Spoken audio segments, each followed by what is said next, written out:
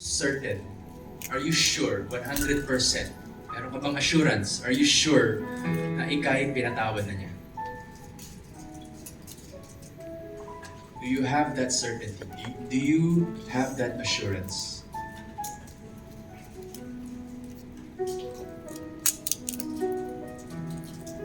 Kung ang sagot niyo ay oo, then ipamuhay niyo ang pag-ibig at kabutihan ng Diyos. Thank you. Okay, tell your friends, tell your family about Jesus.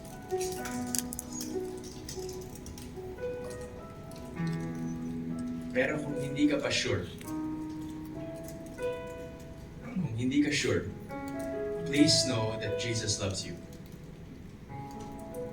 Kaya siya bumaba dito, namatay sa krus, nagsakripisyo, tubusin tayo sa kasalanan, is because of love. Because He loves you. At kapag hindi ka pa sigurado, the Lord is inviting you. The Lord is calling you. Anak, magbalik loob ka. Anak, bumalik ka at sumunod ka sa akin. I will forgive you. I will change your life.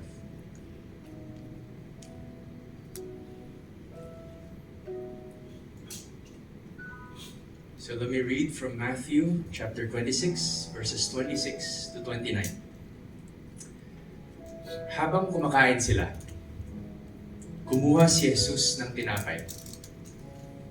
Nagpasalamat siya sa Diyos at pagkatapos ay hinati-hati niya ito at ibinigay sa mga tagasunod niya. Ang sabi niya, kunin ninyo at kainin. Ito ang aking katawan.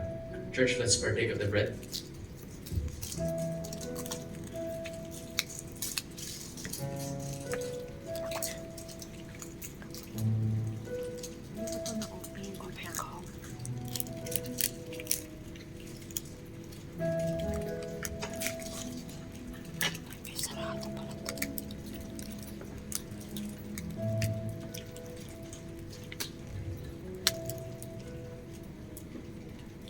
Pagkatapos, kumuha siya ng inumin.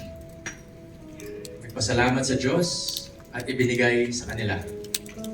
Sabi niya, uminom kayong lahat nito dahil ito ang aking dugo na ibubuhos para sa kapatawaran ng kasalanan ng maraming tao. Katibayan to ng bagong kasunduan ng Diyos sa mga tao. Sinasabi ko sa inyo na hindi na ako muling iinom ng inuming ito hanggang sa araw ng paghahari ng aking Ama. At sa araw na yon, iinom ako ng bagong klaseng inumin kasama ninyo sa kaharian ng aking Ama. Church, let's partake. Wine.